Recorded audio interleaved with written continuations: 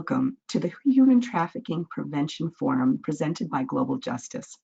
I'm Sosamma Samuel-Burnett, founder and president of Global Justice, and I am so pleased to have you all joining us today for this important discussion on this important issue. We are presenting this particular forum online, not because of COVID-19, but because of the need to reach many people in many contexts around the country and around the globe. In today's session alone, we have representation from Oregon, California, Texas, Georgia, Florida, East Coast, Midwest, and many other places, including as far as Australia. This gives us an indication of not only the importance of the topic, but the pervasiveness of this topic, affecting every part of our communities and our globe. Human trafficking indeed is not just an international issue, but very local and national as well, affecting every region, including here in the United States and developing countries around the globe. Human trafficking is often misunderstood because it is a topic that most people don't realize is right there in front of us. Human trafficking involves many different elements and sources and can be continued in many different ways. But the main thing that we want to take away from our forum today is this idea that human trafficking is about force or coercion that leads to exploitation and abuse in whatever form, whether it's labor, sex, or other means. If you are joining us in the live audience today, we are so glad that you are here. We want to encourage you to engage with us. When we begin our discussion, you'll be hearing from many wonderful advocates, and you have a chance to interact with those advocates. There is a question bar on your screen that you can comment and send questions throughout this broadcast. We'll be taking several of those questions toward the end of our broadcast, and any that we don't cover during our time together, we'll be glad to respond as best we can after the broadcast. This broadcast is also being recorded, so for those of you who would like to review this discussion, share it with others, or just make it available to people who could not attend today, please feel free to do so. We'll be sharing it through our website at www.globaljusticeonline.org and also through our social media platforms. And now let's begin with our conversation. I'd like to invite each of our panelists to join me now on the screen.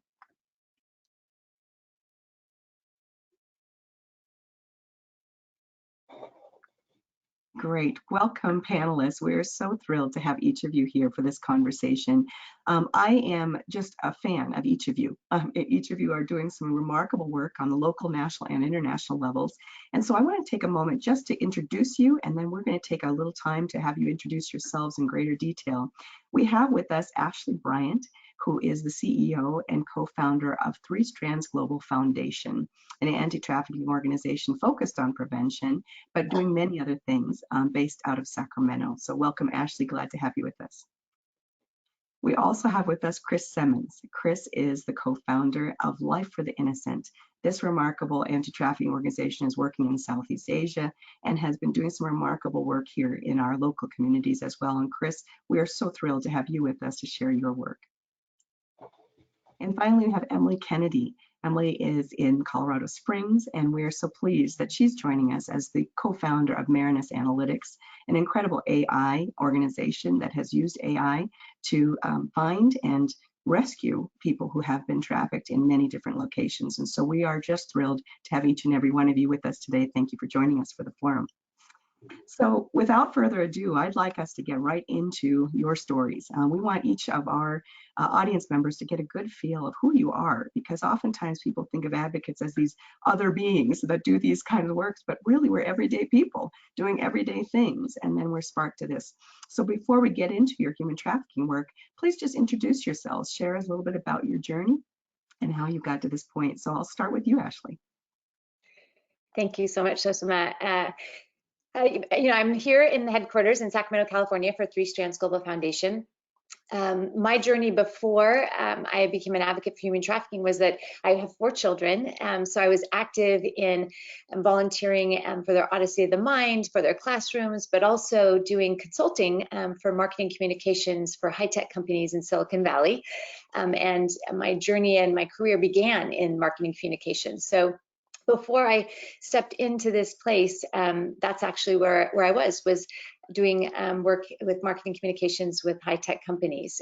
So very different than the work that I've been doing the last 12 years. I have 4 children, and I have 2 dogs and 5 cats, a bird, and 25,000 bees. So that's just a little bit about who I am. That's amazing. And, incredible also that, given your business background, that you can utilize that background, in terms of some of the work that you're doing in human trafficking prevention. So I'm so grateful for that background that you share. Chris, we'll go to you next. Tell us a little bit about your journey before you came to this work in anti-trafficking. Yeah, well, I've been a Colorado resident since the 80s, and after graduating from college, I was a teacher for 2 years. And then we wanted to have a big family, my wife and I met her in college. So I actually changed fields and got into financial services, and I am to this day bivocational. So Life for the Innocent is something that I'm passionate about. And I really started that work back in 2006 after meeting a gentleman that was doing the work, and I had the opportunity to go undercover and find children that were being exploited over in South Asia. And to this day, we continue to grow as an organization through LFTI, and I still have a full-time job outside of that. We live in northern Colorado, been married almost 25 years and have 6 children. Oh, congratulations. Amazing on all fronts. All fronts. Thank you, Chris, for joining us from Fort Collins. And Emily Kennedy, would you also share a little bit about yourself and your journey before this work? Sure, thanks, Sosamma. So my journey with the topic of human trafficking started when I was a teenager, actually. I grew up in like a great family, a great situation, and I wasn't really aware of a lot of the injustices going on in the world. And so as a teenager, I took a mission trip with my dad. We went to Eastern Europe, and particularly through countries like Serbia and Macedonia. We spent most of our time in Albania. And it was there that I encountered what one of our guides there told us, that's most likely human trafficking. It was children begging on the street who were orphaned, and he said they most likely were trafficked by the mob there and would basically beg on the street, make money, and have to give it back to their traffickers. And I didn't know anything about human trafficking at the time, and so that really stuck with me. It was like a very up close and kind of personal encounter with this injustice. It was very real for me. It wasn't just in a book or in an article. And so that was kind of what started my journey. It was cause, human trafficking, and then later on became more specifically sex trafficking. That was a cause that I carried with me really personally and thought about it all the time and knew that I wanted to work on that issue somehow, but it wasn't until later that I figured out what that would actually look like. So I'm sure I'll go into that more later, but I ended up founding a startup called Marinus Analytics, and we have been building AI solutions to sex trafficking online since before 2014. And so that's the company that I co-founded. And then personally, I'm also a new mom to a 4-month-old. He's the cutest baby ever. So that's been fun. Yeah, and that's a handful as well. Well, each of you have, interesting backgrounds, families. We have so many different things that we can talk about. But what we're going to focus on is what caused you to really get into this work that you're doing. So each of you have shared a little reference on that, a little bit about your background. But let's talk about the catalyst. What was it that sparked this work? And then we'll talk more about the actual work and your organizations. This time I'm going to start with Chris Semmens. And Chris, you have a pretty dramatic story, and some of it you may be able to share, some of you may not. But what I'd love to do is have you just share with the community what was the spark that got you onto the path of advocacy. Yeah. I met a guy doing anti-human trafficking work in 2004. We got to know one another over the course of a couple of years. He was from a country in South Asia. As we developed a friendship, he asked a question of me that I will remember to this day. He said, can I borrow your white skin? Wow. And never, it's not a question you get asked very frequently. And I said, well, what do you mean? And he needed me to pose as a user, to go into brothels in South Asia, and to specifically look for children who were being trafficked for sex. So at that point, we had 3, soon to be 4 children, all young, and I made the trip. So I remember when we landed at in the area where we were going to be, we checked into a motel, called a cab, and got in the cab, and within 30 seconds, I was asked if I wanted young flesh by the cab driver. Wow. And all the hair on the back of my neck stood up, and my friend who spoke the local language and local dialect, he began conversing with this taxi driver, and about 20 minutes later, we arrived at this area. It was in a coastal town, and I remember walking down this boardwalk, and there were a bunch of concrete buildings on the right. The water was on the left, actually the other way around. Concrete buildings on the left, water was on the right. And as we're walking down this boardwalk, I remember turning this corner, and I saw probably close to 10 young kids just sitting in the sand, and they were all with one old gentleman. And it didn't even register, like there were kids in this group who it couldn't have been older than 5 years old. And I would say the oldest child, both boys and girls in this group, the oldest was maybe 11. And I remember I looked at this one girl. She had a green dress on. She had a little nose ring, and I smiled at her. And then I remember somebody grabbed my arm, and I looked, and it was this gentleman. And he pointed to that girl, and he said, "Spoiled." And he pointed to the 6-year-old next to her and said, "Fresh." And it still gives me chills to this day. Those 2 words forever changed my life. That was the spark where I realized. I remember just walking towards the water after that and just realizing I am never going to be the same. This has sparked something in me where I can't go back to normal life in the United States with the air-conditioned houses in the summer and the heated houses in the winter, having darn near everything I need, being very blessed, and realizing that this is going on. So that was my spark. Yeah, remarkable story.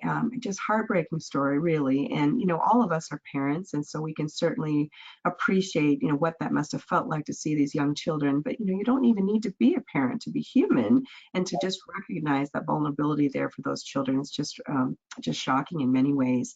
Thank you for sharing that story, Chris, and sharing your heart from that moment. And Emily, you had mentioned a little bit of that sort of spark, when you first had that encounter when you're traveling with your father, but give us a little sense of what was the catalyst that made you into that advocate that you are now. Sure.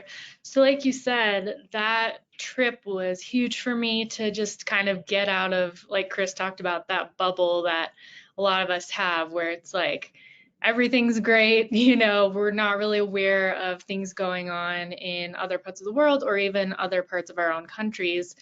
And so that really stuck with me. And when I say stuck with me, that experience, it was literally years that, and a lot of people, I think of the work that we do sometimes almost as an overnight sort of thing. This was me from age, 16 till age probably 19 or 20, and not having an opportunity to really do anything about it. It was more about educating myself, learning as much as I could. The internet wasn't as big back then. And there wasn't as much information about human trafficking out there. So it was like reading a book here and there, talking to people. So that's kind of what I did for years in high school and then in the beginning of college. In college, there was a couple of things that led up to the big catalyst. So I went to school at Carnegie Mellon University. They're known for computer science. I was studying the humanities, so ethics, history, and public policy, kind of a mix of philosophy and history. Because that was really interesting to me, and I thought, oh, maybe I'll go to law school. That was kind of the direction that I was headed, and I thought that was going to be my catalyst. Well, over the course of college, I ended up co-founding the local International Justice Mission chapter at my college to bring awareness to the issue, raise money for the issue. And then when it came time to do my senior honors thesis, I knew that I wanted it to be on the topic of human trafficking. And so I started thinking about what that might look like. And a lot of what happened for me was timing. So around that time, around 2011, Backpage.com, which some of you may have heard of, was becoming a lot more prominent for the advertising of sex online, particularly in the US.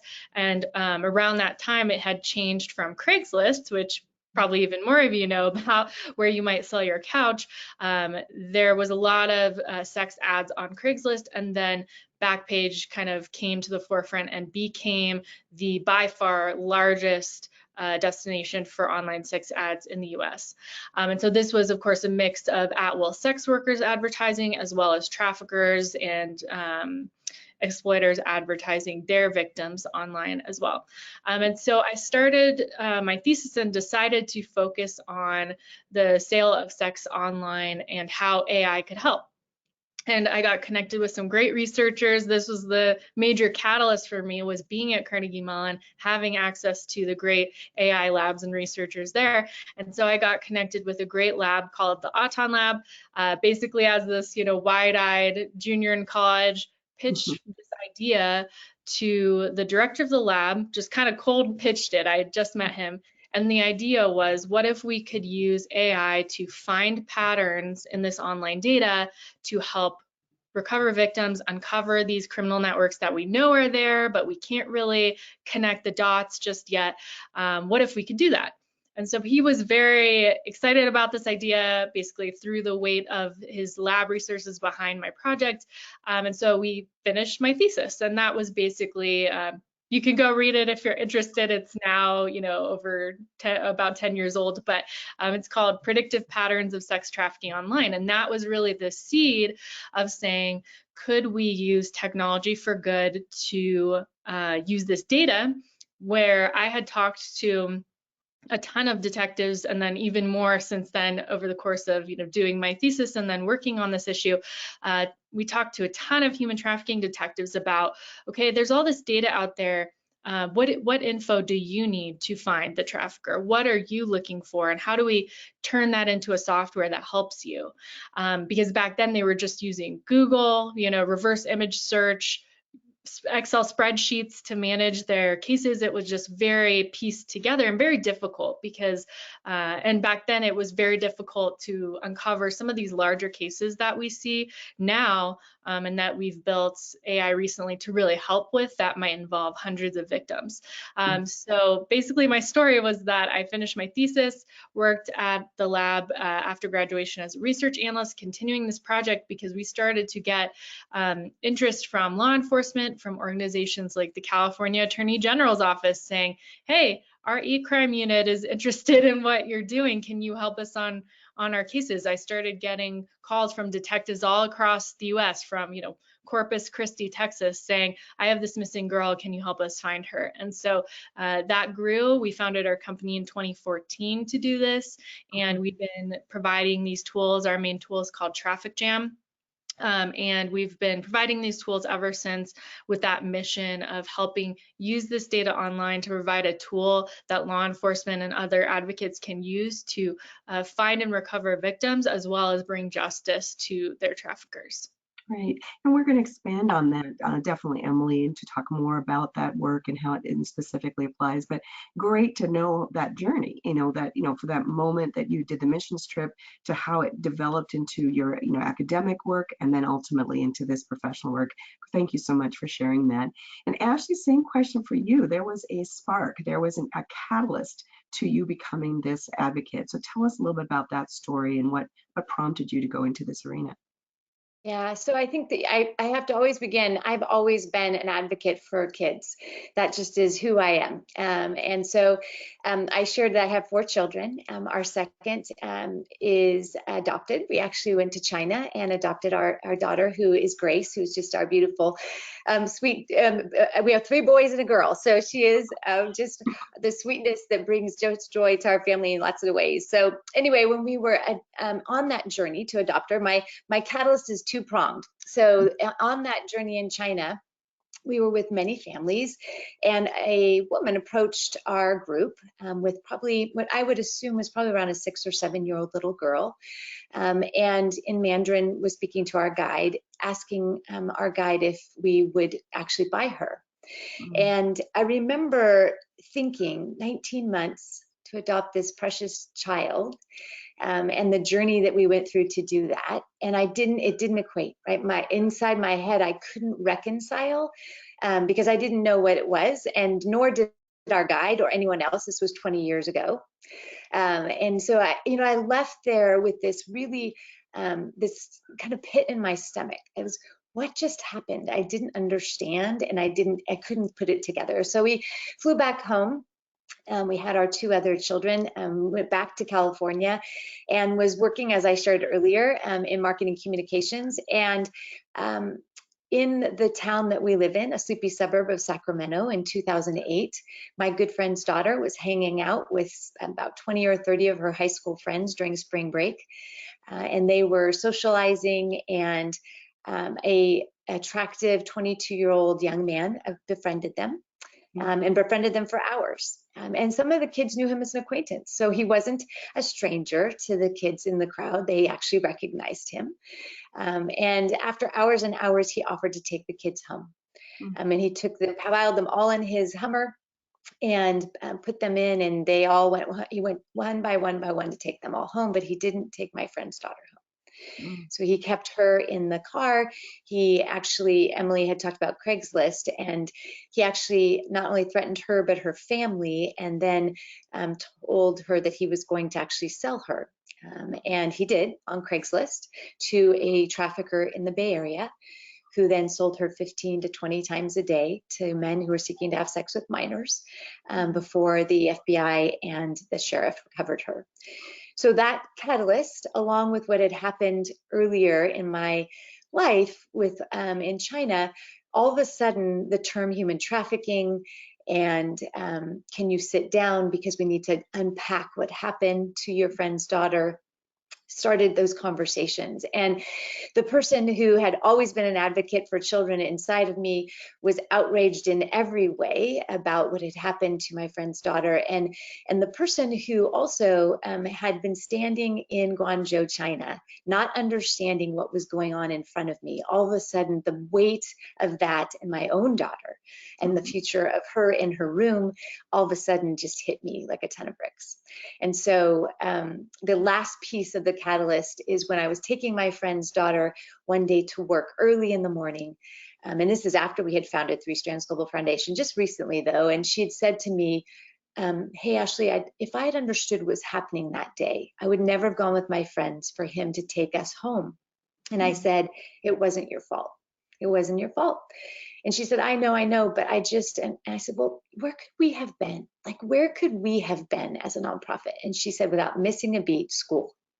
And so all of our prevention efforts, all of the things that led up from, from China all the way through to the tragic and heinous crime of trafficking of my friend's daughter, all the way to what stood as the mission of Three Strands. That's actually the journey. Wow. Each of you have shared such powerful stories, but these are not stories that are absolutely unusual either. And that's the thing that I want our audience to really understand. What Ashlie experienced in having a friend have a child that's been abused, this is a common story, and sadly a common story. When Chris talks about this really dramatic story that he had traveling overseas, that is not limited to that particular location or travel for him alone. I know it is really something that is pervasive in many, many parts of the globe. And then Emily, when we were talking about, sort of this, how do we help law enforcement and how do we respond to these needs? I mean, this is very real. We have people fighting the fight and not having the tools. And so these are very persistent, pervasive issues that you're all highlighting, but obviously from your personal experiences and perspectives. I want to take a moment to acknowledge our live audience again. If you are just joining us or if you've been with us now from the beginning of our forum, we want to invite you to engage with us. There is a question bar on your screen where you can make comments, you can send questions in, you can send us your, perspective. Maybe you have a personal story that you'd like to share. We'd love to engage with you on that. So please feel free to do so. I'd like to carry on now. You know, we've had a chance to hear a little bit about each of your backgrounds, a little bit about that spark, that catalyst to you becoming an advocate. But now we want to actually get into your work. Each of you are working as anti-trafficking advocates, and yet you're doing it in some very different ways in very different places and spaces. And so, Emily, you started to kind of outline a little bit of what Marinus is all about, but would you go ahead and explain to us what is Marinus Analytics? And what do you do? Sure. So at Marinus Analytics, we build AI solutions that help equip frontline workers. So for human trafficking, that's usually detectives, vice squads, to protect the vulnerable and end systemic exploitation. So like I said, we're known mainly for our AI-based investigative software, Trafficking, which basically makes connections across the vast amount of data online where sex trafficking victims are sold to help law enforcement recover them, as well as prosecute their traffickers. So just a little insight into how does this happen. When I say a lot of data, I mean a lot. So back when we were gathering data and we look specifically at online classifieds websites, so not social media, that's kind of a whole other specialty, so that's not our focus, but online classifieds websites. And back when I started this work for my thesis, we were seeing probably about 20,000 new ads every day in the US. And recently in the Trafficking system, we recently surpassed 500 million data points total. So I think now we're seeing around 300,000 new ads per day, the last numbers I heard. So it's a lot of information. And what we started thinking about was, okay, if you're, let me just give one concrete example. If you're a detective and you know that this victim has a certain cell phone number, maybe that's a great piece of information that you're starting with. Say the parents came, reached out to law enforcement and said, our daughter's gone missing, she's underage, here's your cell phone number, we think she's being sold, you know, she maybe met a boyfriend recently and we think he might be exploiting her or there's something nefarious going on. So the detective has this cell phone number. That is a really great lead to start with.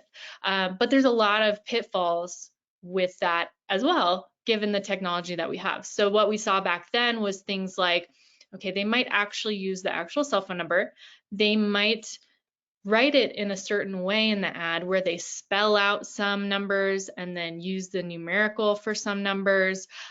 Or they might even go so far as to hold up a physical sign in a photo that has the phone number. So it's really hard for a computer to, at least at that time it was, to gather that data and to make the connections. So you could theoretically be missing a bunch of iterations of that phone number. On top of that, we know that many traffickers are smart enough to know that if they recruit or groom a victim and that victim maybe started out advertising with their own cell phone number, the trafficker knows it's going to be important that you change that phone number, either to the trafficker's phone number or get them a new phone number so that they can't be tracked by whoever might be looking for them. And so what the trafficker will often do is get a burn phone. This is very common. You can actually go to Walmart, Best Buy, and easily get a flip phone or a burn phone number. You can get different phone numbers through Google Voice to mask your phone number. There's a million ways to get new phone numbers. And so that would mean that if you're that detective, not only might you be missing different iterations of that same phone number, you might be missing different phone numbers that are being used for this victim. So that example was kind of the most concrete beginning problem that we were trying to solve in the very beginning. How could we connect all these data points so that when a detective's going into Trafficking with one phone number, he can actually see the full holistic scope of what's going on, not just, you know, the most recent 3 ads, which are the only ones that use this phone number. And so we use AI to do that.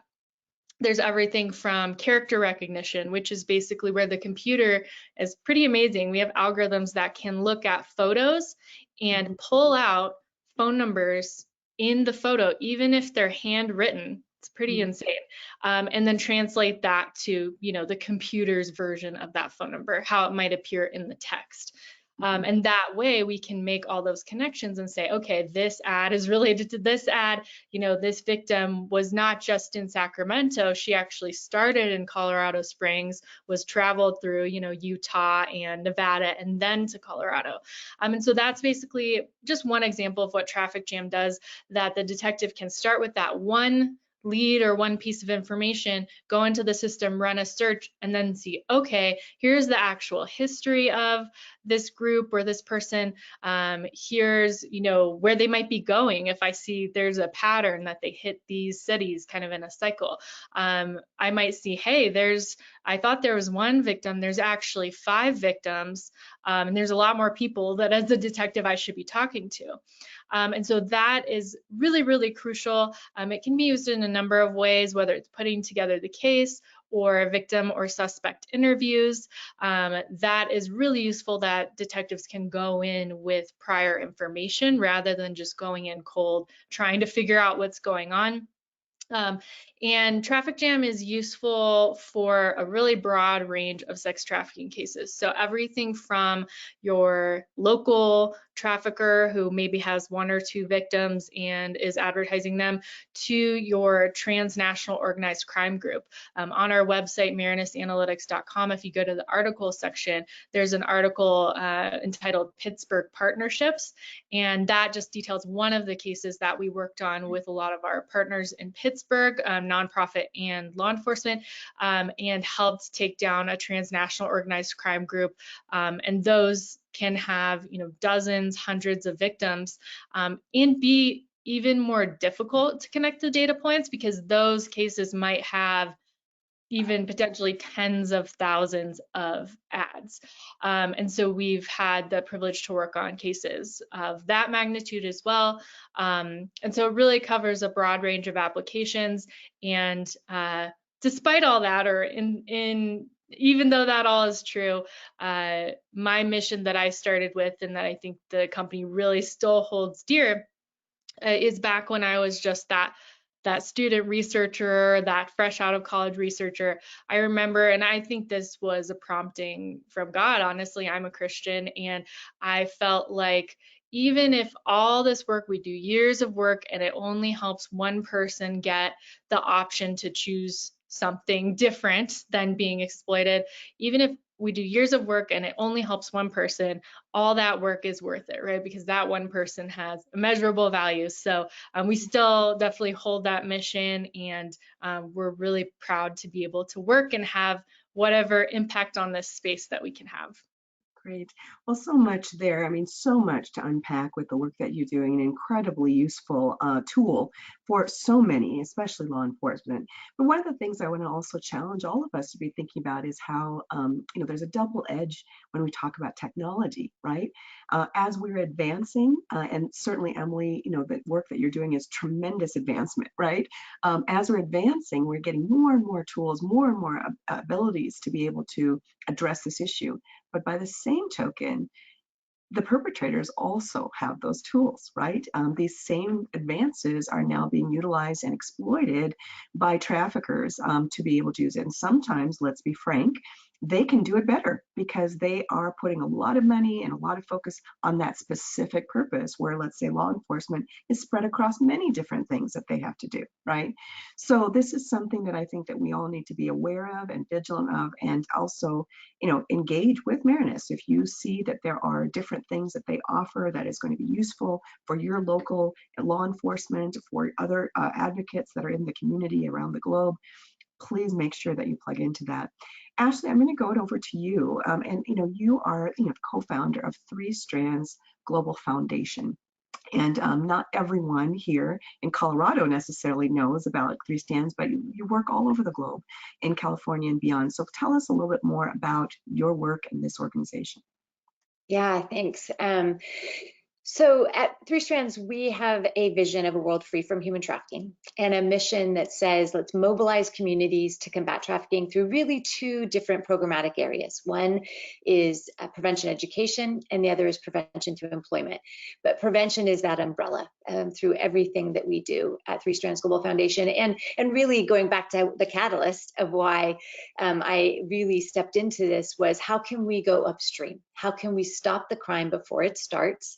And more importantly, how can we make sure that our youth understand that they are valuable and they are worthy, and that they understand what healthy boundaries are? So we began in 2010, right? Actually, after the case was completed of my friend's daughter, that trafficker was sentenced to 12.5 years in federal prison. And so the nonprofit began with this focus of prevention education. And for the first 5 years, we had volunteer educators that were going into the classroom in 9th grade and teaching the students about human trafficking and making sure that the teachers understood as well. But part of what Three Strands, as not only this umbrella of prevention, is focused in on, data has been paramount from the very beginning. And so I'm a big believer that if we get feedback, loop feedback or data, that we can actually iterate and we can get better and more streamlined as we go. So there is this focus of prevention education, and in 2016 we launched a systematic, scalable prevention education program called Protect. And that has been our online offering, and that it has a 4-pronged approach that is very unique. And it really is unique because it takes all of the data that we began in 2010 and learned from to be able to build it alongside 2 other nonprofits who are partners, Frederick Douglass Family Initiatives and Love Never Fails, in that space. And it is a training for all staff at the educational level, and protocol setting, making sure that teachers and counselors and yard duty staff and cafeteria staff, everyone, SROs, sheriff resource officers, know what to look for, how to be trauma informed, so that if someone identifies themselves or they identify someone, that they would know what to do, right? So I think that a lot of times in prevention, even as we began, right, we go into classrooms and we think we're doing the very best thing by educating, but we have to be really thoughtful in this place when we think of prevention, because without the protocol in place, there's no net. There's no net to make sure that someone doesn't fall through the cracks and is re-exploited or re-traumatized or re-triggered. So that was a really important learning for us in the early years. And then now, as our offering of this training and curriculum, we have K through 12 curriculum. So we have kindergarten through 3rd, 4 through 6, 7, 8, 9, 12, and then 11, 12 in the prevention education space. So that is one of our offerings, and we have rolled that out into 9 different states in the United States, and then 2 different countries that we're actually speaking with as well.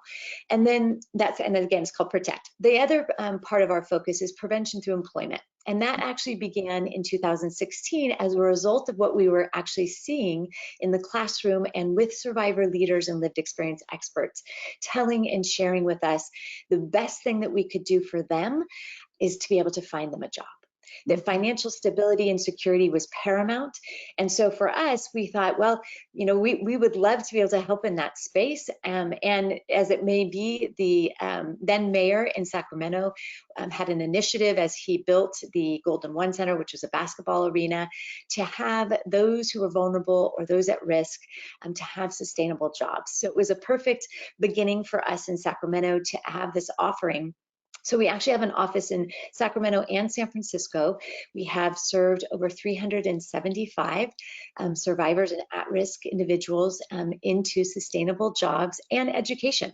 We actually added the education pathway a few years back. And so our social workers and case managers work day in and day out tirelessly with our clients as they go through that journey. And I will tell you, in this program, it's called Employ Plus Empower. We started a place where sometimes agencies turn people away, but we have this mission of we're going to walk this walk. It is us in that space of advocacy, but also of prevention, so that they aren't re-exploited. And so we step into that gap. And so those that are most vulnerable are who are serving through that program. And then one program really influences the other. That has been the beautiful piece of this umbrella. People have said, well, gosh, employment and prevention education seem very different, but they actually really influence each other. And the lived experience experts who are advisors are really incredibly thoughtful about how they have guided us as consultants in this process of education as well as employment. You've covered so many important elements. One of the things I want to underscore for our audience is, as difficult as prevention can be, it is less difficult than having to rehabilitate someone who's been abused in this way, right? So think about what it takes to take a broken person and make them whole versus protecting someone who is not broken. And that is important. I know it's an important point for us to underscore. We need all of it. We need the rescue, we need the rehabilitation, we need, all of that. But prevention is a critical piece of this. We also have to recognize, something that you also pointed out was the whole employment and education elements. Without opportunities, these people are going to be vulnerable, and they're going to end up going back into this terrible abuse and exploitation, because where else can they go? Chris, you certainly know this from your work overseas, that in many of these contexts, and not only overseas, but even here in the United States, once someone has faced this kind of abuse, they are no longer able to engage with the regular community. Going to school, getting a job, any kind of value that they can create is just not usually there. And so having employment opportunities and education opportunities is absolutely critical in helping them move forward in life beyond this terrible exploitation. So I think everything you're sharing just really resonates. And for our audience, I also want to underscore something that all of these individuals have mentioned, is this crime of human trafficking is not just a minor crime. This is one of the world's largest crimes. This is right on the same level as arms trafficking and drug trafficking, right? So think about how pervasive and huge those crimes are. This is right there, and it's expected to surpass those other major world crimes. And there are no clear estimates on the costs that are involved in this, but some estimates say that just sex trafficking alone is over $150 billion industry. That's larger than most large corporations that we know of in the world. This is no small thing. And so when we talk about prevention, we're talking about, a ripple impact beyond that. So thank you for sharing all of that, Ashlie. Chris Semmens, you are the co-founder of Life for the Innocent, and you shared the story that sparked this advocacy work. Tell us a little bit more about LFTI and the work that you do. Yeah, well, LFTI has definitely changed throughout the years. After I got back from that trip in 2006, I was a changed man.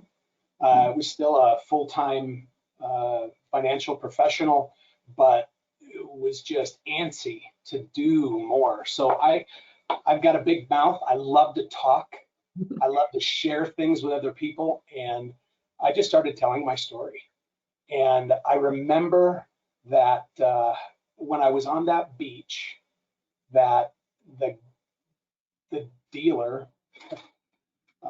he basically said that I could rent this individual for what was equivalent of about $5 in the local currency, or I could outright buy that girl in the green dress for $35. So that I was telling that story to people, and by the way, the good news of that specific story is my contact, our South Asian director, was able to partner with authorities and do a raid soon thereafter. They arrested the gentleman, and then they took those 10, 11 kids into one of our homes and sent them through that program, all doing well as can be. They're living lives in their local communities. I think all but 2 of them have children of their own. It's just, a wonderful story on that. But I remember coming back and telling people what I experienced. And I can't tell you how many people gave me checks for $35. And we just started raising funds. We would have banquets. We would have, people would invite me to speak at a dinner party with either their church group or their company or whatever. So we just started raising funds and sending them to my friend Sam. And Sam would continue to do a lot of the work that he was doing, and that grew. That over 2000, from 6 to 2010, that's really what we were focused on doing, is just promoting him. Now we know that the government, I wouldn't even say the government, but the the world culture is changing. You know, it's changing all across. It's changing in every country of the world.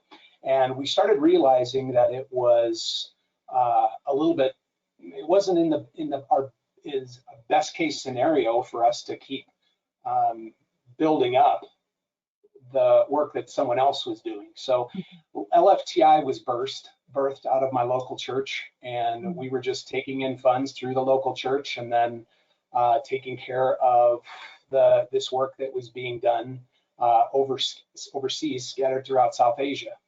But it continued to grow and grow. And the rescue homes that we take children into, in essence, how our process works, when children are recovered through, you know, I think I'll use the example of when I was first there. After that raid, those 10 children were taken into one of our homes, our rescue homes. And the very first thing we do is do medical workups on them. Now, each of our rescue facilities has a full-time staff nurse. So we do medical work. We find out, okay, what are their needs medically? They are then given as much food as they want to eat and as much sleep as they can sleep, because those are the two things that are withheld from the individuals when they are trafficked. And then we have a program, a counseling program, where those children are able to begin that trauma-informed care with a licensed counselor that has a background in dealing specifically with children from hard places. And honestly, we even have, because it's been going on for so long now, we even have children who were once trafficked and were recovered and have now grown up, and we have children who are working in our homes, taking care of other children now. So that was our dream at the very beginning. And wouldn't it be amazing? This was in 2006, 2007. Wouldn't it be amazing to have children who have been rescued and given a new opportunity at life and supported, and they're able to process through everything they're going, and now they're helping other kids. And as of 2019, that began.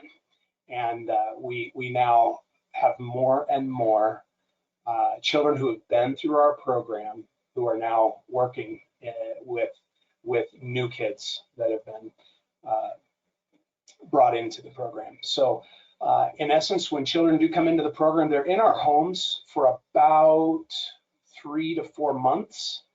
And of course, we put children on the missing child registries in wherever we know they're from, because if we can, you know, if a child has been not abandoned but taken, we hopefully we can get them back with their family. So when those kids are placed on the missing child registry, we also try to match them with a forever family if no parents or family members will come.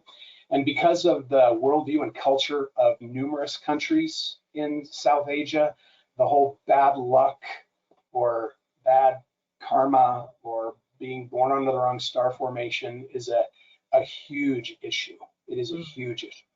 Wow. And it's interesting because in the areas where we mainly work, we work just in South Asia. It's not just, trafficking is not just a financial motivation. It's a cultural motivation, and it goes even more into a belief system where it is horrific. We rescue kids who have been in either labor trafficking, sex trafficking, or even have been in organ trafficking or organ markets. These kids have, of course, euthanized, and yeah, it's just a level of any form of human trafficking is awful. But when we get these kids, we want to make sure that not only are they safe, but not only are they taken care of medically and from a counseling standpoint, but we also are a Christian organization, and we know that the rescue, the restore, and the renew desire of our organization and the children that we serve, the renewal part is really not something that we as humans can do. I believe God can only renew somebody from the inside out. and seeing the successes that are apparent today in our organization, it's nothing short of miraculous. So these kids basically come through our program 3 to 4 months. We get them placed with a forever family. The forever families are in their home countries. We don't place those children in families here in the States or in Europe. We find them families who are of their own culture and speak their own language, because international adoption is difficult. Ashlie, you mentioned, one Chinese daughter. I have 2 Chinese daughters. We had 4 boys and then adopted 2 girls. And wow, big difference between boys and girls, let me tell you. But that has, it's an adjustment. So thankfully, not only our board, but me as kind of our leader, I really want us always to be focused on what we do best. And what we do best are letting the people in South Asia who are doing the work, the boots on the ground, they are all indigenous to the countries where we work. And then, like, in other words, we don't have any US citizens or European citizens or Australian citizens that are doing the work where we work. They're all locals, 100%. Hundreds of people that do amazing, amazing work, that they're my heroes. I just get to talk about it and try to bring awareness to people. But I think I left off with forever families, and the forever families have been vetted for over 18 months.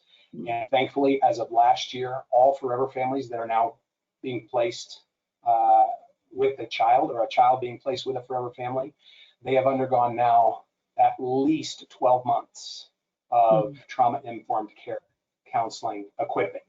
So these families are really prepared. I wish we would have had that. My 2 daughters, one had significant special needs that we weren't aware of. We waited the 6.5 years to get her in the traditional child program, and then we're surprised with significant special needs. But just the prep work that adoption here in the West does, it's just we got a lot of work to do. So thankful we're able to really do a lot of equipping with these families. And then it's not only up to the point of placement, but it's also continues through the adoption, and really takes through years, because we've done it through a network of churches. So wow. Incredible. And, we talked about the importance of the prevention piece, but rescue, let's talk about rescue. People are being abused, and if we don't remove them from those situations, they will perish.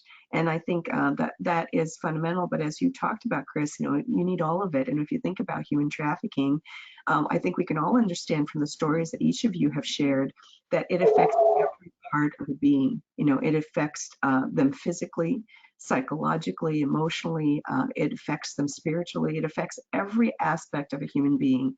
And so it requires every aspect of care in order to make that person whole. And I especially appreciate this, I think, kind of distinctive that you have there at Life with Innocent, which is connecting people to these adopted forever families. Because it's not enough to rescue those youth, it's to give them a family, a place of support and love and encouragement so that they can grow. That's something that we have to remember. Once they've been abused, they're still children, right? Many of them are still children, and they need to grow. So I really appreciate all the things that you're sharing with that. I also want to highlight, something that you've raised, which is this cultural perspective. And this is kind of universal and yet also distinct in different communities and different countries. For our audience to know that there are so many cultural mores about this type of abuse, that when someone is sexually abused in particular, they are again abused by society. Because they're discarded, they're no longer valued. And every society has a version of it, but it's also kind of tailored to the particular culture that young person is in. And I'll also note that while we are talking about youth, sex trafficking affects almost every age group, and both men and women, and children that are both boys and girls. There are some particular dynamics for the girl child that I think we need to underscore, and that you've experienced, Chris, and others, that in many cultures, there's just not the same level of value for the girl child, which makes them more vulnerable and more susceptible to these abuses, despite the fact that human trafficking can literally happen to anyone. So we appreciate all that you're doing with LFTI, and we want to make sure that more people have an opportunity to support the work that you're doing. Now, we have talked about the work that you're doing individually in your particular organizations. I want to take a few minutes to talk about sort of human trafficking more broadly, and especially given the fact that you're working in different regions. I'd like to take a few minutes for sort of just an open conversation about some of the key issues and needs that are there right now. Maybe it's a need that your particular organization is facing because of the work that you do, but maybe it's something broader that you'd like to be able to share. But what are some of those key areas of need today? Because as we've talked about, even with all the amazing things that all of you are doing, human trafficking continues, and it is still a major problem. So how do we address this? So maybe I could start with you, Ashlie, on this one. If you could just talk a little bit about what do you see as some of those key needs and things that we need to consider for advocacy? Yeah, I love that question, Sosamma, because, I look back 12 years ago and I said that prevention really hadn't been a focus in the beginning. It was really prosecution, protection, and partnerships, right, of our TIP office. And if prevention was discussed, it was more on the law enforcement side. So I think we still have a long way to go in prevention.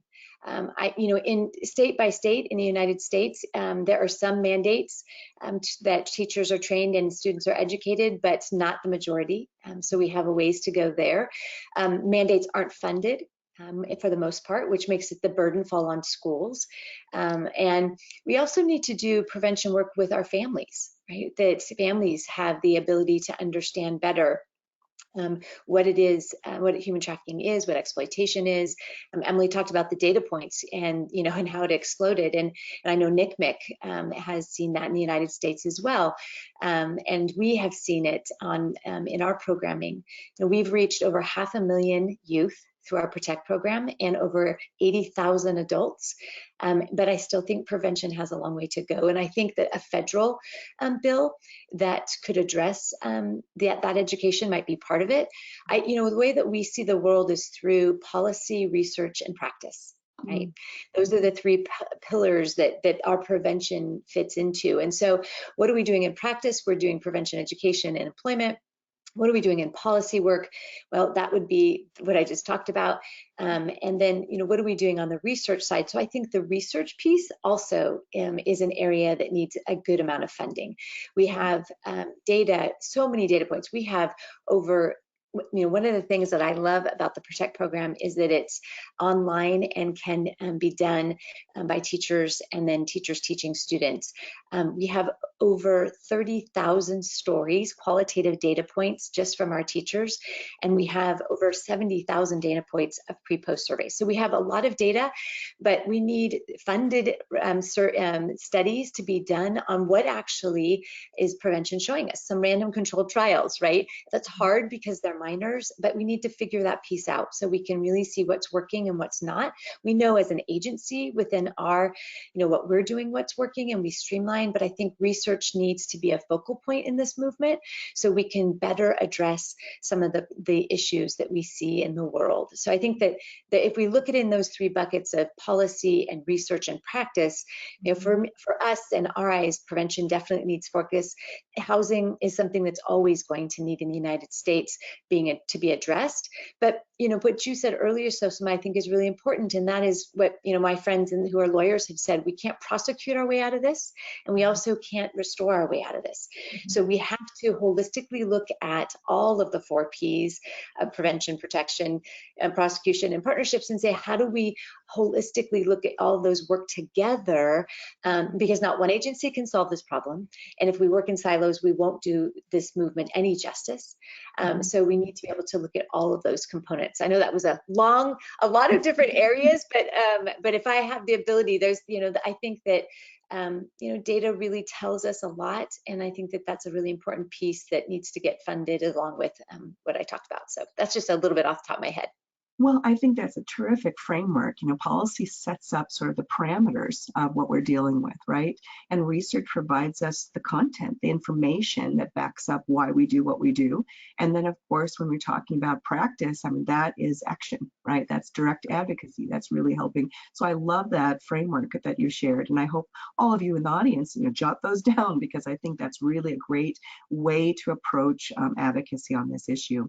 And I'll come to you next. When you are asked the same question, when you think about these critical areas of need today, what are some of those needs for advocacy? Yeah, so from my perspective, that tech research piece is really big. We do our best in our lane, but there's so many types of emerging technology that are being used for trafficking that people haven't really figured out. How do we respond? So like you talked about earlier, Sosamma, you said that the criminals use the tech too. That's absolutely true. Sometimes they use it better than the good guys, and it's this constant like arms race, almost this constant innovation where it's like the perpetrators will figure something out, then we have to respond, or we might get ahead in a way and then they get ahead. So it's always this race, and I think it'll be never ending, right? Because technology just develops so quickly these days. So if anyone in the audience is listening and is interested in the tech side, there's a lot of need there. So just a couple to think about as far as emerging tech that either can be used for trafficking or can be used for a solution, or both. Blockchain. So a lot of people talk about cryptocurrency when we talk about blockchain, but there's a lot of other applications. So I encourage people to look into that as far as potentially providing accountability and insight into supply chains and whether there's any labor trafficking in supply chains. As I understand it, I am not an expert, but it's very hard to keep track of the different steps in a supply chain and whether trafficking is happening in those steps. And so blockchain could potentially help us with that. There's a lot of emerging apps. Just one would be OnlyFans, and we're starting to see some trafficking on those apps. And so how do we make use of that? How do we respond? And this is really true from like any angle that you're working on this issue in, whether you're working with survivors and you're thinking, how do we, reach them? How do we connect with them? Whether you're thinking about it from, I'm just going to something really specific, the forensic accounting side. How do we, figure out how much money these victims were being exploited for and how much we should argue for in court that they need restitution for? There's just so many applications. And then the third one I'll mention is encryption. There's a lot of more recruitment, I would say, these days that's happening via encrypted apps.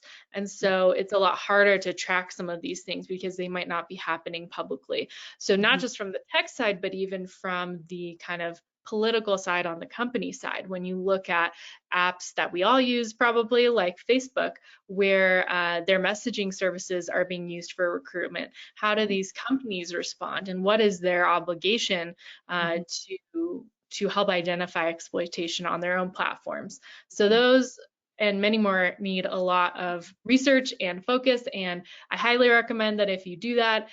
Something that I really benefited from was having a very narrow focus for my research so that I could go very deep, because these are such complicated issues. If you're interested in one, I would say at least do a deep dive on the internet and learn and see if you're still interested. And then there's, of course, the need to get our software out to more detectives. And so if you know or have connections with a local agency who is not using Traffic Jam, you can go to our website under Contact Us and select a demo and just say that you're looking to connect us with your local agency who needs a demo, and we can do that.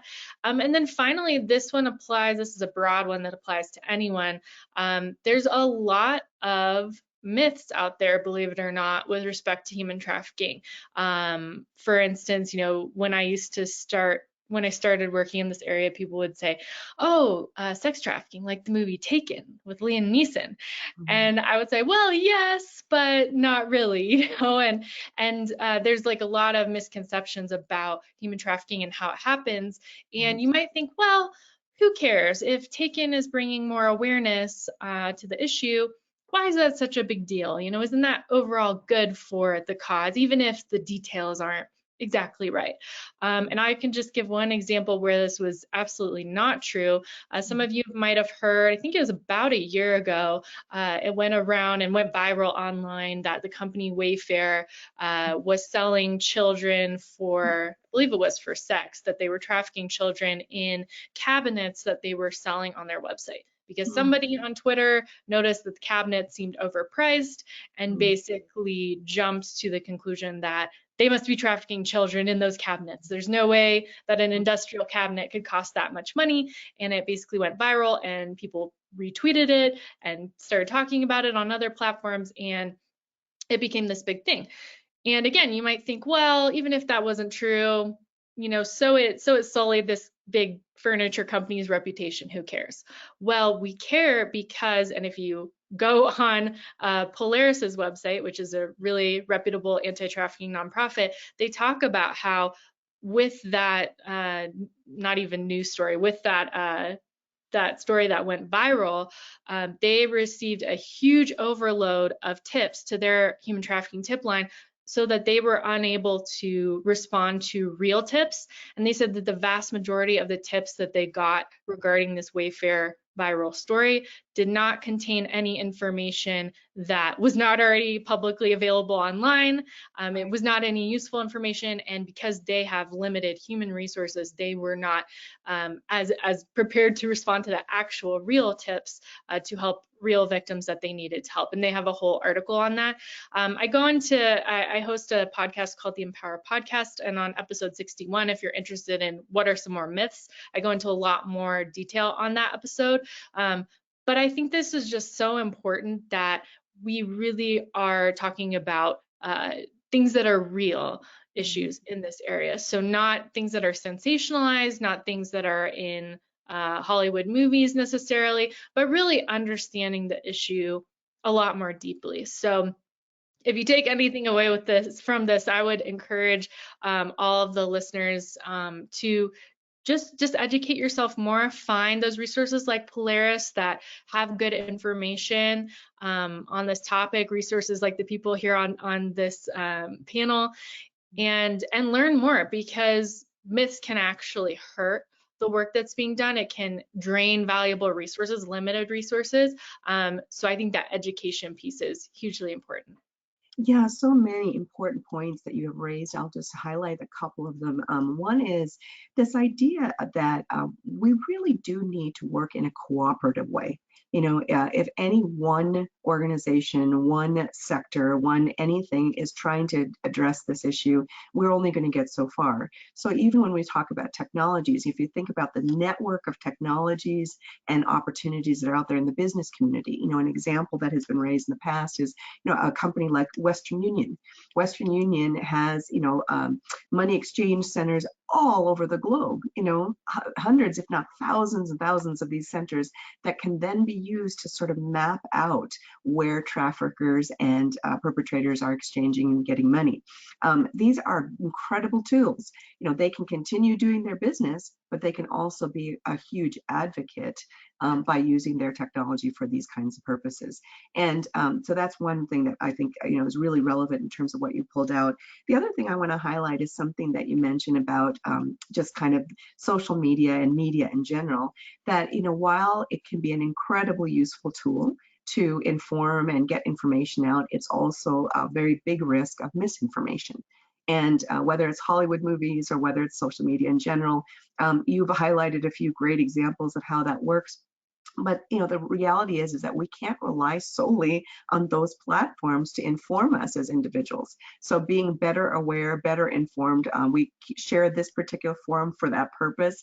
And this forum isn't the only thing that we all need to rely on, right? But the point is that being better informed with good resources. You mentioned Polaris Project. That's one tremendous organization with great information. But there's many other ways that you can be better informed than just exchanging banter on social media. I think that's an incredibly important point. And then finally, the last piece that I just want to sort of mention to everybody, that when we're talking about these issues, and especially during this conversation, you probably got a sense of just the magnitude of this particular issue, right?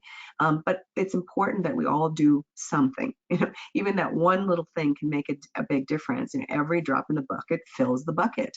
And that is something that's incredibly important to remember. Not everyone needs to start a AI company or a advocacy organization or be working overseas. Not everyone needs to do that. All we need to do is be alert, be aware, report, share information, talk to our kids. These are all things that can also be very basic ways for us to address that. Chris, I want to circle back over to you and sort of the same question. When you're talking about the work that you've done and I know just more of the bigger movement, what do you see as some of the key needs in this world of advocacy? Yeah, man, Sosamma, you just summarized like 80% of what I had written down just in talking about awareness. Yeah. You've got like a brain going. So very, very well said. Oh, thank you. I think that, yeah, you keyed in on it. Just awareness. Like I spoke at my local church in Fort Collins before I was out of the country last week. And I had people coming up to me when I was just explaining trafficking. It was a men's breakfast that I had gone to, and there's probably 40 guys there. I had one guy come up to me, he's like, I had no idea this even is going on. Which to me, I can't let that surprise me, because some people just aren't as socially aware, and that's great. It's another person that I hope now is just understanding more of the world around them. So I think awareness is so key. And you also said, I wrote it down, so important that we all do something.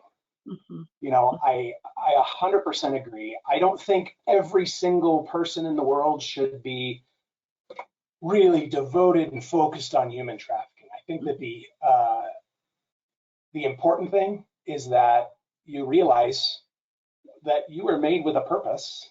Whether a person has faith or faith, but we all have an opportunity to get involved in something. And I assume it's just normal for people to want to get involved to create positive change in their world, to leave their world or their community or their neighborhood or their school or their job site better than where it was before they got there. So I think that involvement, if you are passionate, and I say this to everybody, if you're passionate about the poor, man, focus on blessing the poor and creating more for the poor. If you're passionate about human trafficking and the lives that are affected, that can be a cause. If you're passionate with,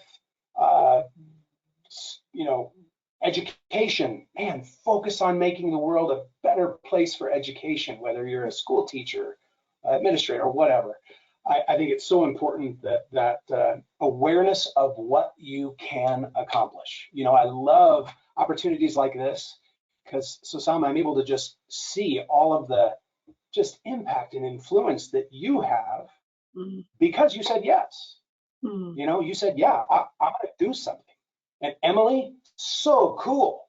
I don't know, you seem extremely brilliant, and I don't know if because of the knowledge that you have in the technology world, if you at one point ever had like a pocket protector, but that would be so cool too. Man, brilliant minds, that is so not me, but I love hearing your story and how you said yes. And then Ashlie, man, fellow Chinese gal adopter, just being able to see how you said yes, and that we all have the opportunity to be involved in some way. And I love, Sosamma, that you said doesn't have to be so big. It's the little drops in the bucket. And for us as an organization, just awareness, people who understand that human trafficking is real, that if the numbers that I've recently seen through the Global Slavery Index or Polaris, there very well could be over 40 million people trafficked. Mm. Mm. today in this day and age. Which I told you I started off in my adult life as a teacher, a secondary high school teacher, and I was a history major. And I studied a lot about history, and I remember studying about the Underground Railroad. And just thinking as I was studying about that, man, if I would have been alive during the Underground Railroad, I totally would have wanted to get involved and help and be a part of the wave of change that needed to take place. And I look at our life now, guess what, everybody? We're alive where, transatlantic slave trade encompassed about 11, 12 million people. Right. And if the numbers are even somewhat accurate, with 40 million people, that's more than the total population of New York City, Denver, and LA put together. Right. And we are alive now, and we can make a difference. Yes. And it's not just human trafficking, I'm saying, but we can make a difference in our world. So that awareness, that involvement in whatever you feel you're made for, Absolutely. I think that, we as an organization, being that we're led by Indigenous folks overseas, we can do a lot with our dollar. We can do a lot with our money. And my biggest focus is to raise as much funds to see lives changed. At the LFTI, we've broken it down to where we can take a child in, take care of them for several months with the medical, the counseling, find them a forever family and place them in that forever family, and then follow up with support from counselors and a local church for $1,485. So $1,485 is what it takes to bring one child through our whole program. Wow. Which you just look at that, and that's just the amazing power of really our exchange rate right now working in the areas that we work. It's amazing what you can get accomplished. Incredible. Yeah, so we're big about awareness, and we're a big fundraising organization, but overall my heart's desire is that people engage in whatever they were made for. Yeah, absolutely. And I think that all of the points that you all have made have been really, truly, practical and inspiring. And I want to make sure that we all understand that for all of those that are in the audience, that's what it takes. We need to be inspired and then just take these practical steps to share and to be aware and to engage. Now, I do want to take a few questions from the audience before we wind down our time together. Now, if you are joining us in this live audience, you have the opportunity to send us questions and comments. And I want to be able to work through as many of them as we can before we come to the end of our program. So one question that has come in is actually two questions in one, but so I'll start with the first half of it. It is, how do you identify people that are vulnerable to human trafficking? Several of you have mentioned different things in the community that you were aware of or alert to, but how do we identify people that are vulnerable to human trafficking? Maybe I'll start with you, Ashlie, on this one, and then we'll kind of work our way around. Yeah, absolutely. So vulnerabilities, if they're homeless, if they have been involved in some way, shape, or form in juvenile justice or foster care system or child welfare. Also, if LGBTQIA+ community.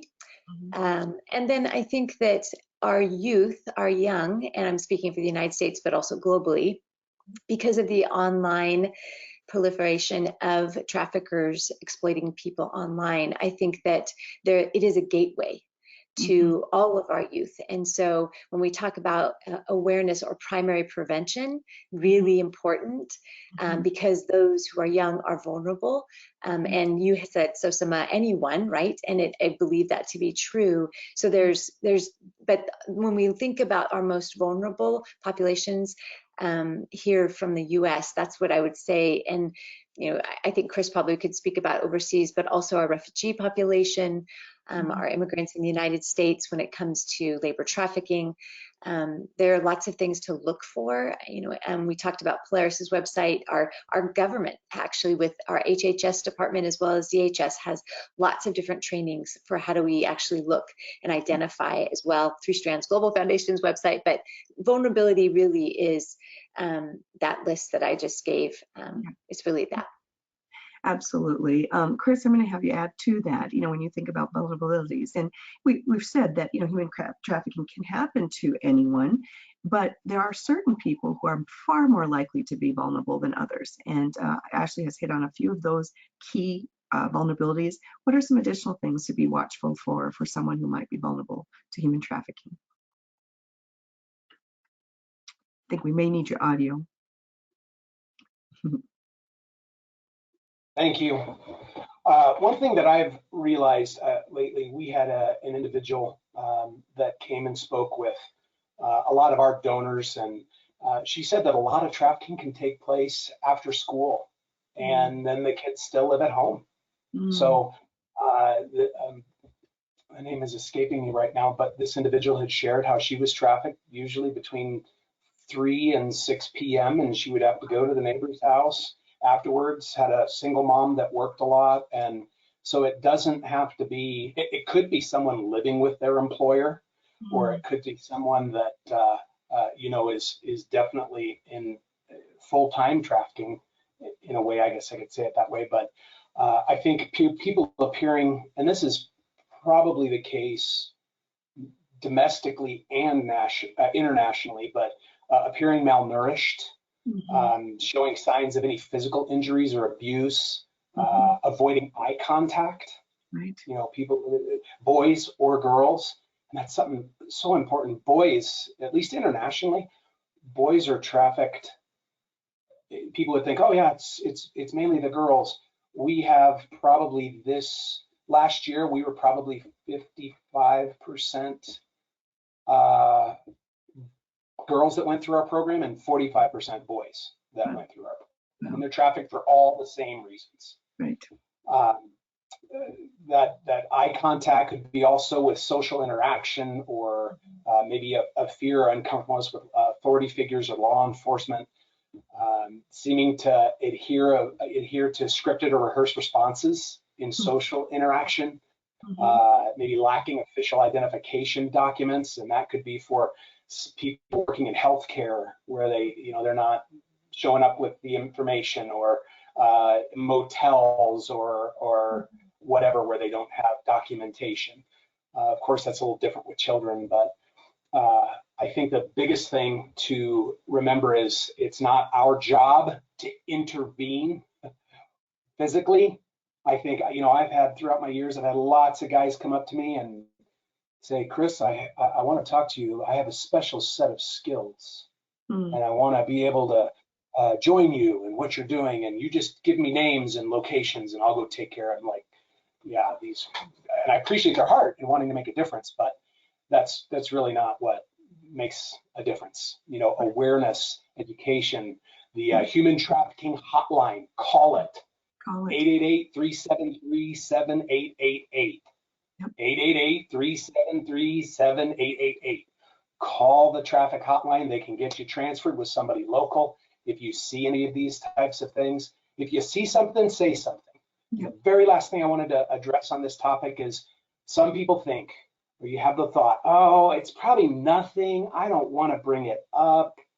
I agree wholeheartedly with what Emily was talking about in jumping on a social media bandwagon. That could do more harm than good. But I was speaking with a local human trafficking police officer that you and I both know here in northern Colorado, Sosamma, and he said that really with how we get our funding is by workload or demand. So the more calls that we have coming in with people bringing tips, that's really how a lot of the funding is set up for that next quarter, the next year, or fiscal year. So if you see something, say something. It is so important, and there are people out there that can help determine if it's something or not. Yeah, and I think that's a critical piece, that sense that, we all have kind of that common sense that something isn't right. And we have to trust that common sense. And then we also have to trust experts who can kind of evaluate it and determine if it is or not appropriate, right? So I think that that's really useful. But, the idea that when we see something, say something, if everyone lived by that rule, Chris, can you imagine how many more people could be identified, rescued, rehabilitated, restored, renewed, all of those things, amazing. Emily, same question for you. When you're thinking about vulnerabilities, what are some sort of key things that people need to look for in identifying people who may be trafficked? So my knowledge is mainly in the US, given the work that we've done, and I would say Ashlie covered it. It's the vulnerabilities of being in the juvenile justice system and foster care. So I think that's so important to think about, because I think we leave out a lot of potential victims when we're just saying that taken model. Oh, it's a rich young woman with a dad who's going to hunt someone down who is kidnapped against her will off the street in broad daylight, or whatever. That can be the story that we blow up and that we talk about, but it's just not typical. So yeah, I think Ashlie covered it. Yeah, so we've talked about poverty, we've talked about homelessness, we've talked about things like being away from school or being away from family, community, disconnect. People who are having a really hard time being able to be open about what their circumstances are. These are all indicators, not that necessarily each person in that situation is being trafficked, but these are indicators of vulnerabilities, making them more susceptible to human trafficking. I want to take a different question here, and that is, how do you choose the communities where you conduct prevention efforts? Chris, I'm going to actually start with you on this. Your story helped you to sort of focus in on certain parts of the world, but how do you choose the communities where you serve and work? Now, are you referring to the actual work that's done, or because really the work that's done overseas, it has a lot to do with where we have staff teams. Right. Our South Asian director will put resources into different areas where the demand is highest. A lot of and especially with COVID, that has changed a lot of what we do. The last 2 years have been brain numbing, if you will, just trying to figure out what the new normal is. And with global poverty, the need is quite frankly everywhere. I think within the very last quarter of 2020, I believe we had 76 of our children that we took in that had been COVID orphaned. So they had gone, and not only were they COVID orphaned, but those 76 children were trafficked from a hospital. So these were kids that went to the hospital with their parent or parents, and then were in the waiting room and were told hours later, your parents are dead, or your mom is dead, or your dad is dead. And no extended family would come to pick them up because the child was deemed to have bad luck, or that it was the child's fault. So those kids were eventually trafficked right from the hospital. So the need is so great, it's hard for me to answer where we really focus.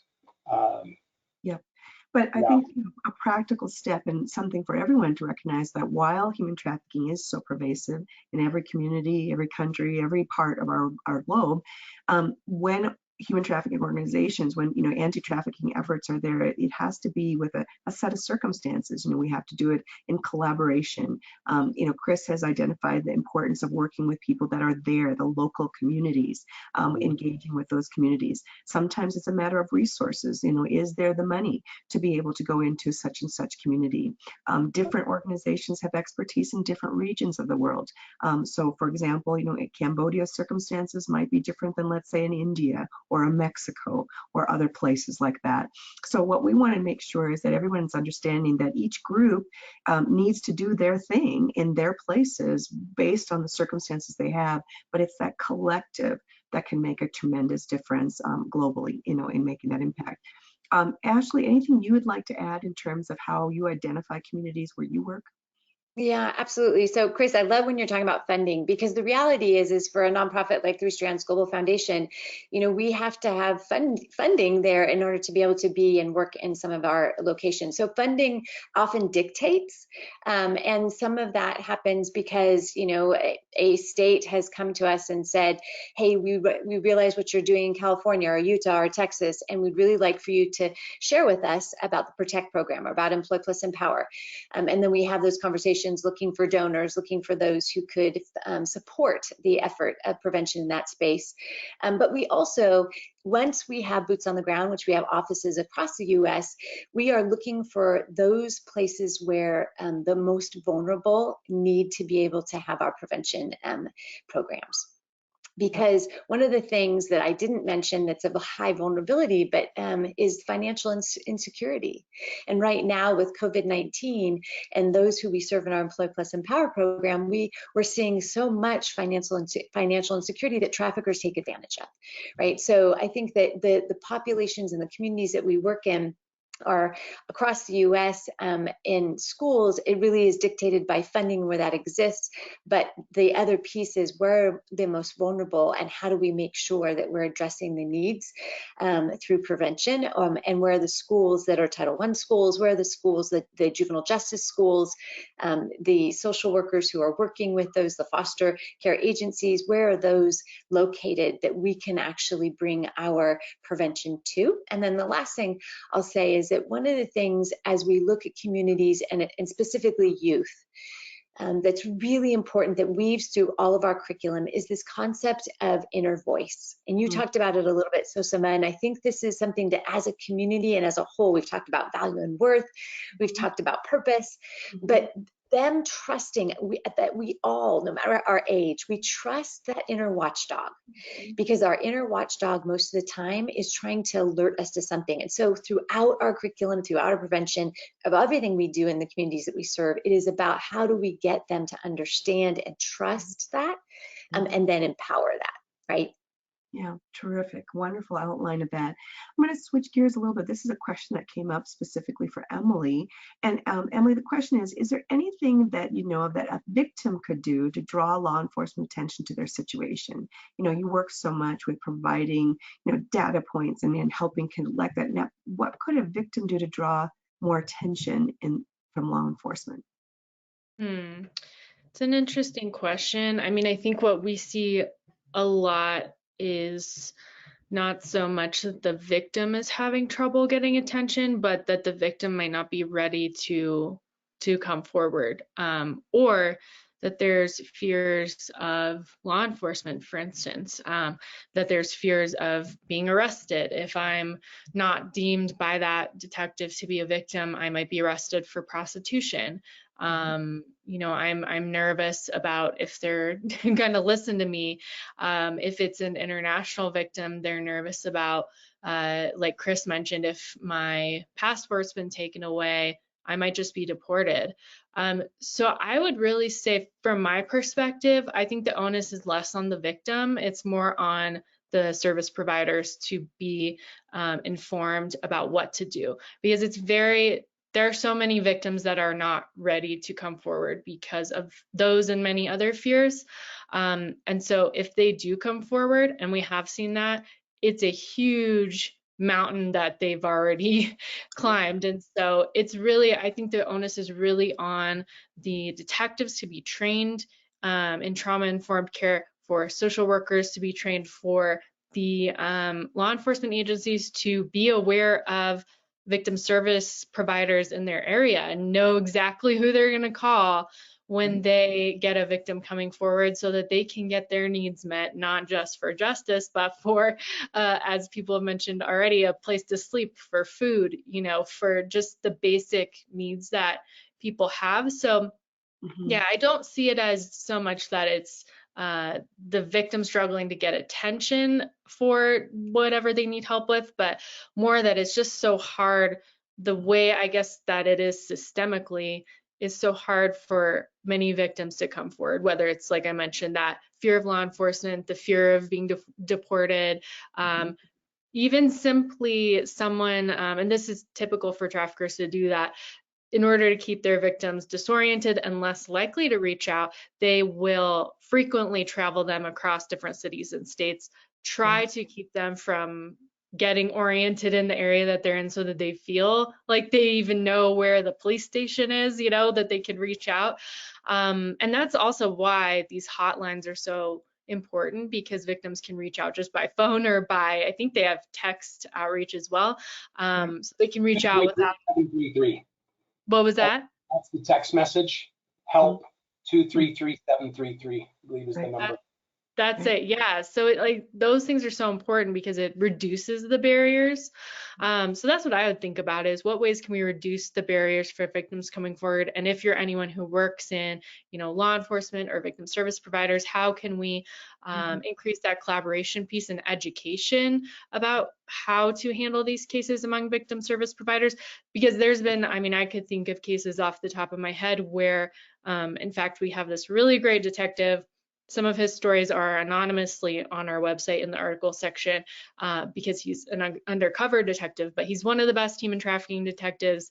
And he has talked about cases where a patrol cop was going out to a domestic violence case, for instance, and he said, you know, they should have identified that this was human trafficking, but they just, you know, took this guy in for a domestic abuse, you know, situation rather than seeing, hey, you know, he has all these victims and they're not related and there's an exchange of money. So just looking into those cases deeper rather than just seeing what's on the surface. Okay, there might be domestic violence, but there might be a lot underneath that that's going on. So I think those education pieces and those collaboration pieces are hugely important. Yeah, I think, you know, all good points. And I think it's also important for our audience to remember that we have to remember that victims are in a circumstance that is a disempowered circumstance. So oftentimes they're groomed. Oftentimes, you know, as you shared, they're created, they're set up in a situation where they don't know up from down. There's often coercion. There's often force. There's threats. There's all kinds of things that prevent them to be able to step away to get help. And that's something that is very difficult for most of us to sort of process because most of us are not living under those circumstances. It could be a threat of physical abuse. It could be taking away food. And so, you know, not having access to food. It could be something where, you know, if they are a person that has a child, it could be a threat against their child or another family member. There's circumstances where they are using drugs and drugs become an exchange, a barter. So there's many different things that a trafficker will do to contain and control the victim. And so because that victim is so contained and controlled, they don't often have opportunities to reach out. You know, I have shared stories. You know, one example of a story is where there was someone who was being very abused and they had a dog and the dog needed to go to the vet, and going to the vet became the outlet for them to share a little note at the front desk. And that became the beginning. Now, those are, you know, out there. Those kind of stories are out there, but a lot of times that isn't the case. And typically, the trafficker is not going to allow that person to be in contact with anyone, you know, to be able to even share that they have this issue. So this is a complex thing. And so I think, Emily, your point about, you know, really knowing and watching and being alert and vigilant and having the people who are the professionals handle that part, but the people who are the community members being able to share is all important. Kind of a related question that has come up. Oh, go ahead, Chris. Yeah, I just wanted to mention one more thing. I remembered the name of the individual that came and spoke with a lot of our community. Her name was Jen Spry, and Jen was a trafficking victim when she was younger. And her big quote, you know, Jen Spry, SPRY, jenspry.org. She said, "No one ever came looking because I never went missing." Right. And she was being trafficked, that after school example. So what I wanted to take from that and share with our listeners it is so vital as a parent of, you know, my kids are between 9 and 22, and my wife and I have both found how important it is, how critical it is to ask our kids poignant questions. Mm-hmm. It's not, hey, how are you doing? Or, Mm-hmm. hey, are you doing okay in this area? I Mm-hmm. think we need to get really specific as parents or guardians of children where, hey, has this one specific thing been going on? Or I think so many times, because of the fear that you mentioned, Jen never spoke out, even though she was going home at the end of every night. She never spoke out because she was afraid they were going to harm her sister and her mom. Right. So I think asking really specific questions to our kids and remembering that trafficking doesn't mean that you've been only doesn't mean that you've been taken away and you're not with anybody in your social environment. It could be people, kids down your street. It could be, yeah, a myriad of different solutions. Ashlie? So yeah, I was just going to add to that, Chris. That's a really good point, because in the work in Employ Plus Empower, most of our victims didn't even know they were victims of human trafficking. So 90% of those who are survivors and lived experience experts didn't know they were victims of human trafficking. So to your point, and it brings this level of awareness across the globe that needs to happen about human trafficking, because then that opens doors for people to not feel that shame and to say, wait a minute, that actually is happening to me. But if you don't know about it, and you don't know that you're a victim of human trafficking, but your boyfriend is doing this, or your husband is doing, or your wife or girlfriend or whatever that might be, right, in this situation, whoever the exploiter is, you have this shame and fear, and you don't understand what human trafficking is, right? Right. You're in the midst of that. I also want to bring up a concept that I think you've all kind of referenced in some way, maybe not directly, but it's this concept of shame. And for many victims, when something happens like this, it is extremely traumatic, but they often feel a sense of deep shame that something like this has happened to them and it's their fault, that they were the ones that put themselves into this position. Oftentimes, trafficking starts with some level of familiarity. So, when you're using the example of Taken, Emily, I think the challenge with a movie like that is that we have this dramatic idea of a kidnapping and something very stark and severe. But typically, it's like, someone who's appeared to be a boyfriend. And you have a certain kind of relationship with that person, kind of an intimate relationship with that person. And then eventually it becomes something else. And Ashlie, to your point, that's often why the victim doesn't realize that they have been trafficked, because they're already in a dynamic where they thought they were in a trusted relationship. The neighbor, the relative, any of those types of things. Chris, the example that you used after school, very rarely is it a stranger that is in that context, right? So this shame becomes an overwhelming thing because something has happened to that individual, and especially at the hands of someone that they knew and trusted. Right. So that's another component that I think is really important. And so when you see people withdrawing and not engaging and not, being with their friends or social circles or family members, it's partly because of that shame, that what's happened to them. It's a manifestation of their trauma. Now, there's a question, Emily, that's going to come back to also to sort of the second part of that first question about, is there any way to give clues or information within the online classified ad or photos that can be that can assist the algorithms in gaining necessary data? Is there things to look for? That's a great question. So this has been one of the age-old research questions, and we actually built in the early days a machine learning classifier, which is basically an algorithm that would take in the ads and assign a likelihood to, yes, this ad is involving a trafficking victim, or no, this is not. And originally we thought that would be possible. And we did this probably back before we started the company. We started working on this. And we found that it's really, really difficult just from the ad to make a correct designation. And what further confirmed that for me was I talked with this detective, the undercover who I mentioned earlier, who again is one of the I believe it was him, one of the best human trafficking detectives out there. And even those detectives will say, even we cannot know with 100% certainty which ones are or are not involving trafficking. That said, there are definitely indicators that they that they look for, and these can be applicable across like all US ads, and then some are more like location specific. So there are certain keywords that they might use to indicate someone is underage, like new to town, new, young, fresh. And there, over the years, we've seen actually different keywords banned by certain websites. So I think back then, like using the word teen was banned on Backpage, or preteen or something like that.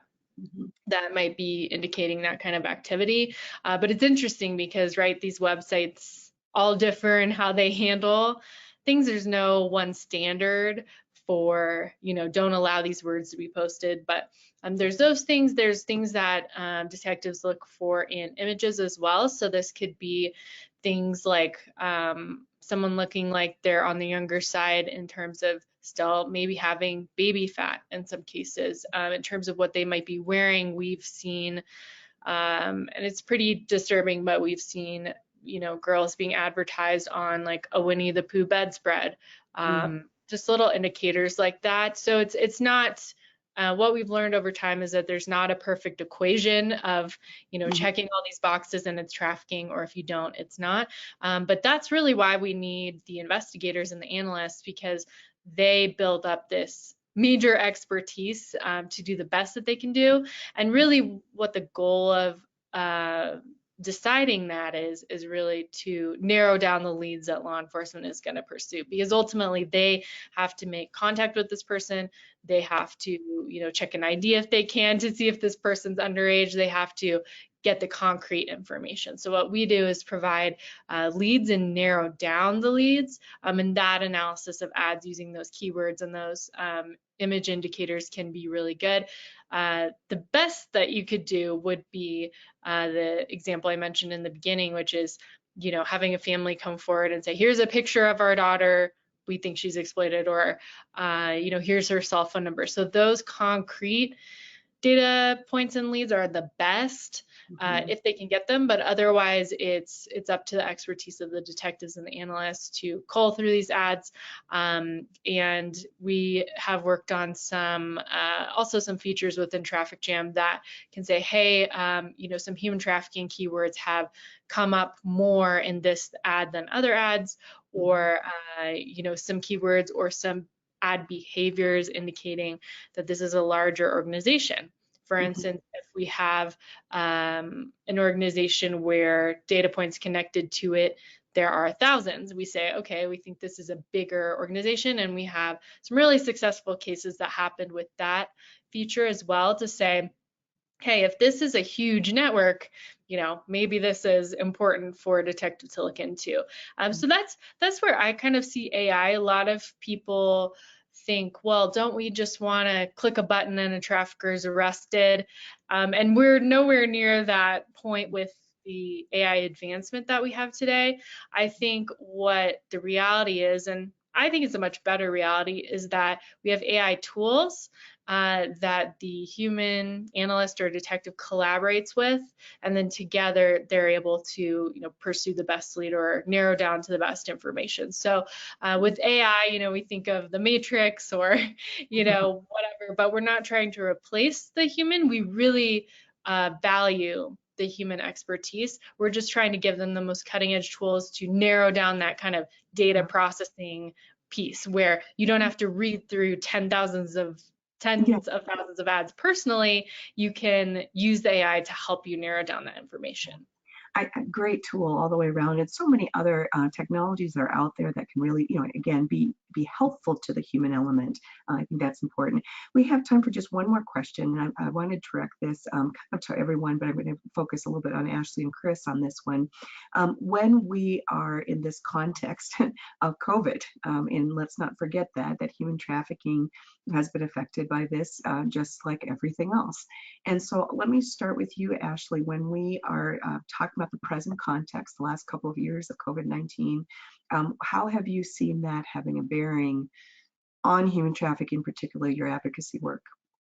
Yeah, so for us, the beautiful thing was that we had this online growth platform with our Protect program. And so we were able to actually sail through the states and make it so that teachers who were even not in the classroom, we pivoted and created a virtual sort of Zoom opportunity. We did our worksheets for kids so that we could repurpose them, but the really having been online already, that made it easier for us in that space. We were seeing, though, a lot more teachers were saying, gosh, I'm noticing red flags that I didn't before because the children are in their homes, that, from that perspective. And so that was something that we were having to work through from a protocol because they weren't in the classroom, which the protocol had been designed to be able to do that. So we really had to pivot and make sure that there was a virtual way to deliver the education with the Protect program because of COVID. And I actually think that it's been a good thing now, going back into the classrooms, that teachers across the board have a new appreciation for the children that they were teaching online that are now in the classroom, right, that are back in front of them. And they have they see that child more, differently. And obviously we passed through years. So, but I think whether they've been in the classroom or not, they look at that child differently in the classroom differently.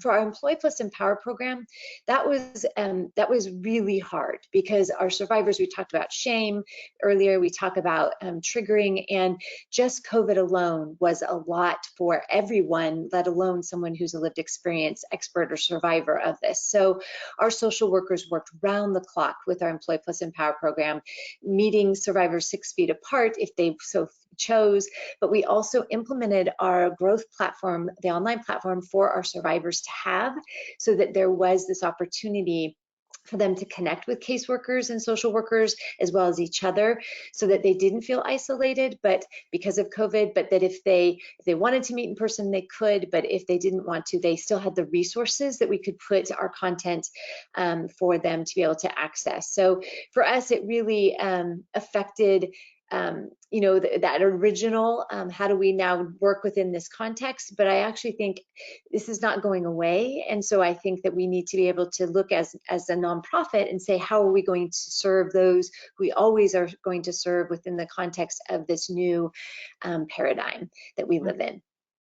Yeah, dramatic, times that we live in, for sure. And Chris Simmons, same question for you. When you think about this global pandemic era that we're in with COVID, how has that affected human trafficking, but specifically your work?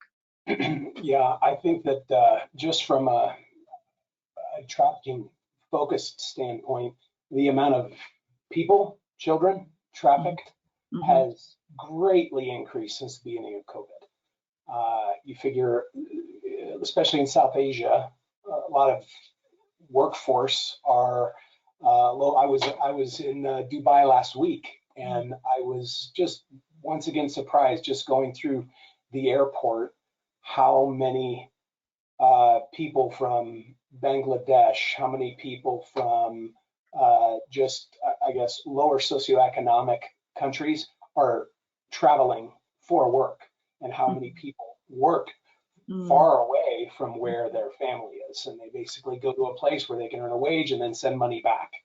And when everything shut down with COVID, that people had hundreds, if not thousands, of miles to travel with no transportation system to get back to where they were from. So many died on the road just trying to get back. Everything was closed. So I think definitely a massive uptick in COVID. It gave traffickers, they were in COVID scenarios just like we were, but they used it to their advantage. And yeah, it's very unfortunate. But what I will say on a good note, because I got to end positive, right? the amount of people, when COVID started, I remember we had a gala. We do an annual gala, and we had it in, I think it was the first week of April. So in March, everything starts shutting down, and we had to pivot within 3 weeks to make that an online thing. And since then, we've seen giving at all-time highs for month after month. And it is such a blessing, which we are, as a team, so grateful for. We have a very small staff team. There's 5 of us, and only 2 of them are full-time. I'm part-time, and we have 2 other part-timers.